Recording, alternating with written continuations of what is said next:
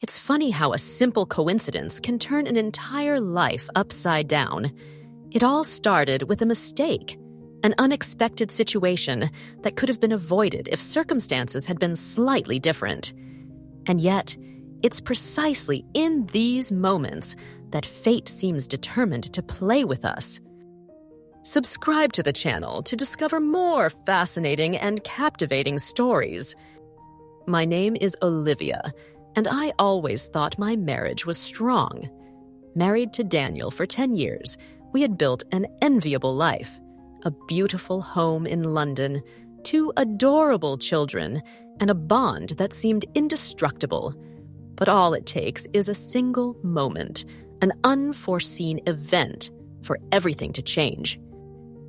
It all began during a business trip to Manchester.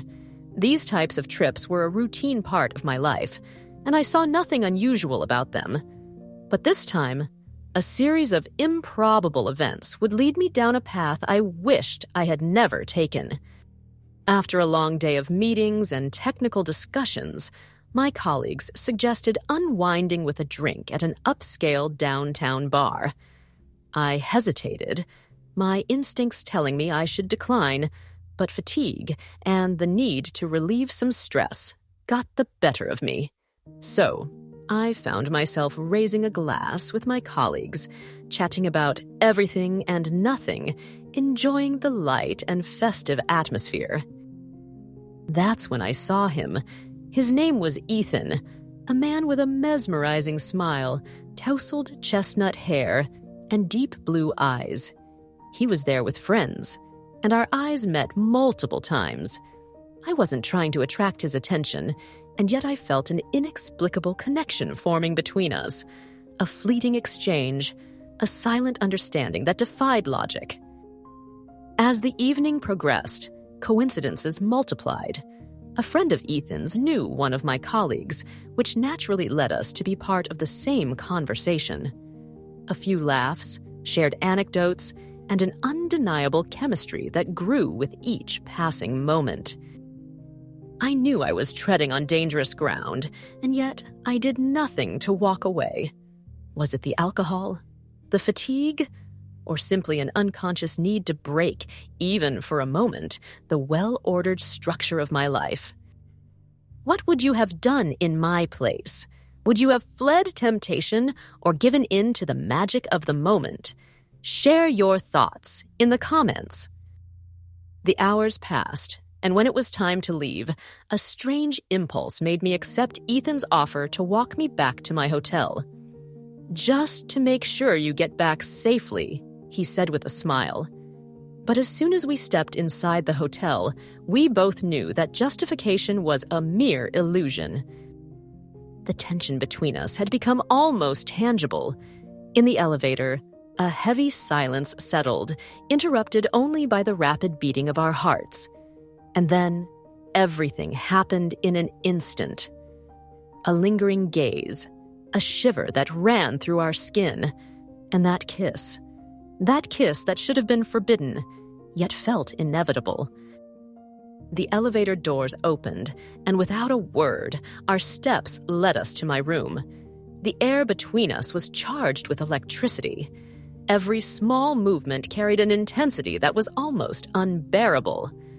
I knew I should leave, but an irresistible force kept me there, a prisoner of this sudden desire, of this night that should only exist in a dream. The crumpled sheets bore witness to my transgression the next morning. A brutal awakening, a reality that crashed down upon me. The lingering scent of Ethan's cologne filled the air, a tangible reminder of what had transpired. Panic rose within me. What had I done? I took a quick shower, hoping to wash away every trace of the night, but the image of Ethan, asleep in the rumpled sheets, was seared into my mind. Back in London, guilt became a slow poison.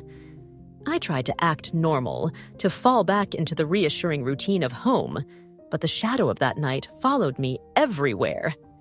Daniel noticed my distant behavior, my unusual silences. "Is something wrong, Olivia?" You've been acting strange since you got back." I could have confessed everything, but I chose silence. Out of fear of breaking my marriage, out of shame, or perhaps because I hoped time would erase my mistake. But mistakes leave traces, and sometimes what is hidden inevitably resurfaces. One evening, as I sat on the couch lost in thought, my phone vibrated. A message. I opened it, and my heart skipped a beat. It was Ethan. A simple, "I miss you," that shattered everything I had tried to rebuild. A few days later, an anonymous envelope arrived at my home. Trembling, I discreetly opened it.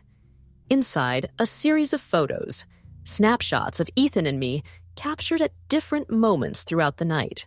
Someone knew, and that someone wanted me to pay. Panicked, I received a second message. "If you don't want Daniel to see this, meet me at the agreed place tomorrow night." My world collapsed. Who could be blackmailing me? Ethan? A third party? At the meeting, a shadow awaited me in the dim light. When I saw the face of my blackmailer, a shiver ran down my spine.